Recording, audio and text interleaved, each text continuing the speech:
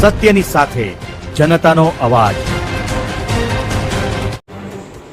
નમસ્કાર, આપ જોઈ રહ્યા છો 24 ન્યૂઝ નેટવર્ક। હું છું એન્કર અર્પિતા પટેલ। 24 ન્યૂઝ નેટવર્કમાં આપનું સ્વાગત છે। હવે જોઈએ અગત્યના સમાચાર।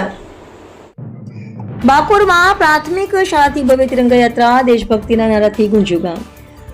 સ્વતંત્ર દિવસની ઉજવણીને લઈ સમગ્ર મહીસાગર જિલ્લામાં દેશભક્તિનો માહોલ જોવા મળી રહ્યો છે। જિલ્લાના વિવિધ તાલુકા અને ગ્રામ્ય વિસ્તારોમાં તિરંગા યાત્રાનું આયોજન કરવામાં આવી રહ્યું છે। ત્યારે ખાનપુર તાલુકાના બાકોર ગામે પ્રાથમિક શાળા ખાતે ભવ્ય તિરંગા યાત્રા યોજાઈ હતી।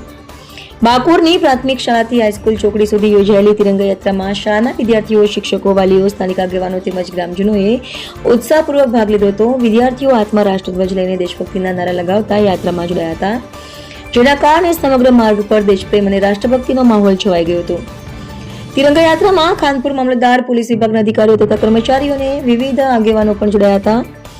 તિરંગા યાત્રા બાદ રેલીનું આયોજન કરવામાં આવ્યું હતું। રેલી દરમિયાન રાષ્ટ્રધ્વજ સાથે મોટી સંખ્યામાં લોકો જોડાતા બાકોર ગામ દેશભક્તિના રંગે રંગાઈ ગયું હતું।